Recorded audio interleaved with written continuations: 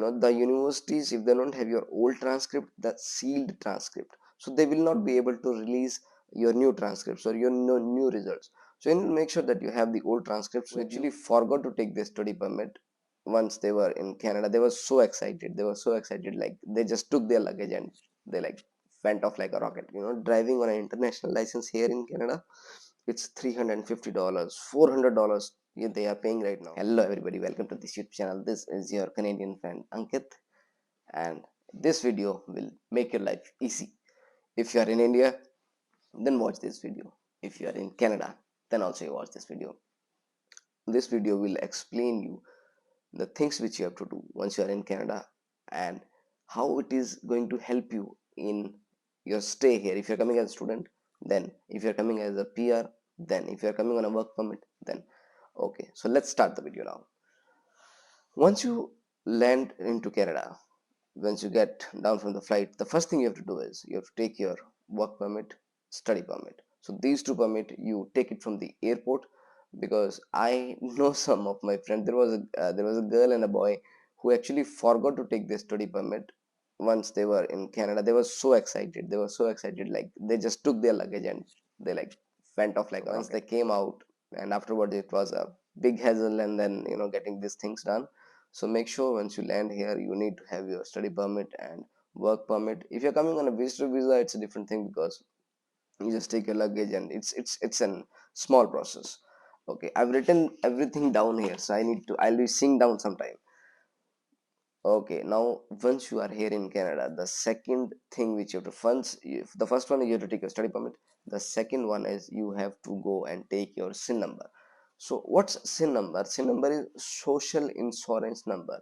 It's like a number, you say Aadhaar card or any other identity back in your country, but in a different way. So use this number if the government wants something, some data, some details about you, or they want to put something in your record. So they'll just put this number and everything will come out. It's like they'll get your janam kundli of what and how you have been in Canada. Get your SIN number. There are two ways to get your SIN number. One is by appointment. Appointment generally take a long time. So yeah, there's the second option for that. You can walk into the Service Canada. Service Canada before 11 o'clock. If you are walking in some of, because mostly I'm telling you, I've been with a lot of friends who have came here. I've taken them to Service Canada. I myself was, I went to Service Canada and I took through a walk-in. So they'll say like it will take 3 hours, it will take 4 hours, 5 hours. You can leave if you want to. Many people leave, but agar aap ziddi hain, if you have that, no, I want to have it today only, so you can get your SIN number. Try to go to those places where, like, if you have the vehicle or you have the access to, then try to go to a place which like away from the majority of population, so you will get a spot there.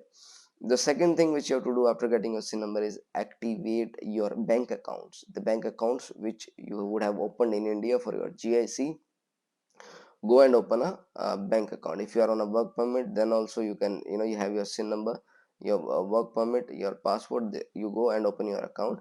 For work permit, I'll tell you about first the study permit. Once you go, you'll get a credit card as well, and that credit card is very important. That's for your financial history, financial credibility, and banks are going to use that for your future references as well. So there is video coming for that also, where I'll explain how to use a credit card, because I was dumb enough that I believed the guy from the CIB. I banked with CIBC, and this, like, uh, things went very bad. So you need to take a credit card. For work permit holders, they might not give you a credit card until unless you don't have a job. So bank part is done. Then you have activated your GIC. You are going to get some money back into your account, depending upon which bank have you used for. The second step, which I feel is important once you are here, if you have a driving license, if you had a driving license back in your country, then you have to make sure, you have to do one thing, that you get your abstract driver's license abstract. Well, driver's license abstract is, it's like a history of you driving back in your country, whether you have any traffic violation, drink and drive, or you hit somebody with your car or any kind of accidents. So this government wants, Kenyan government wants to see that you were a good driver.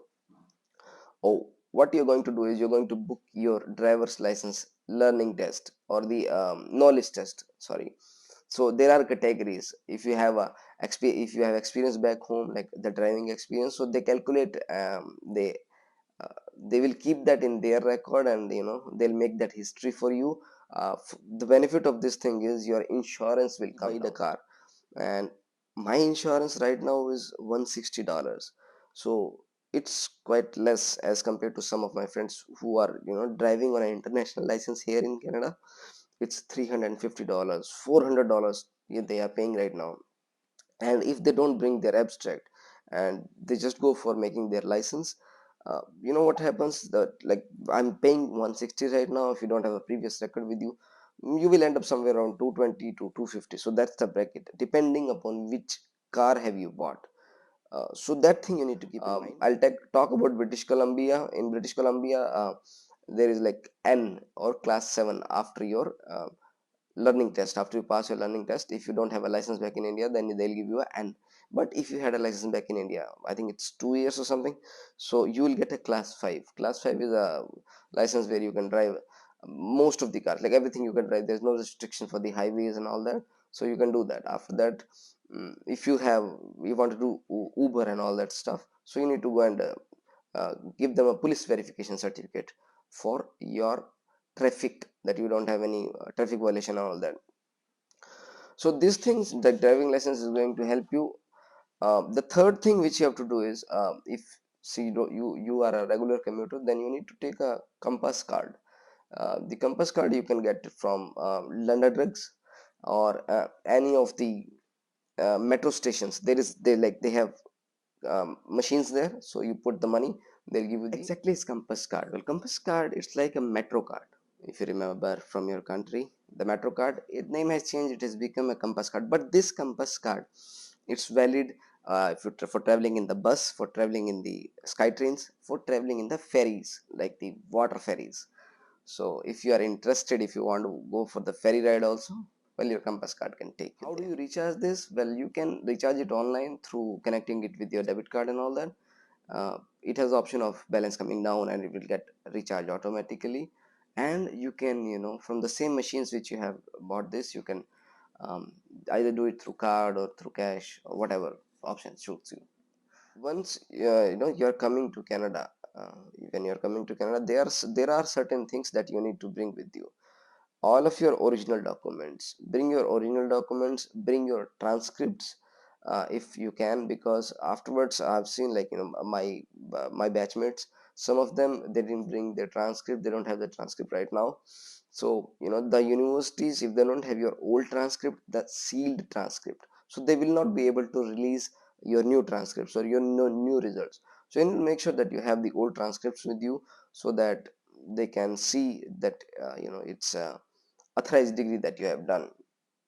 Certain things that you can get from very costly here.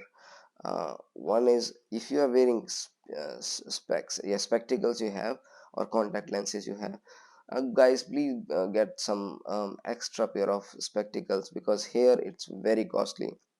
$150 to $450 it cost for a single pair of glasses. So see how much costly it is. Your general things which you can bring here is, if you are using a mobile and you want a data cable, bring your own data cable from your back country, because here, the once you land here, the prices are like, they will increase, because you're not earning here right now. So you need to have your mobile cover, extra set of mobile covers, chargers, data cables, anything and everything related to your mobile, so that you don't have to pay that much. You can bring some toothpaste and all, because toothpaste and all also are costly. Because when you are coming here, you need to make sure that you are not spending until and unless you are not earning in Canadian dollars. That is a very important thing to keep in mind. Guys, this was a video that I wanted to share with you, just some basics of how life can be easy for you. Do these things, and I have more videos coming for you. If you like my video, like it, share it and subscribe to my channel. Thank you so much, my dear friends. Cheers.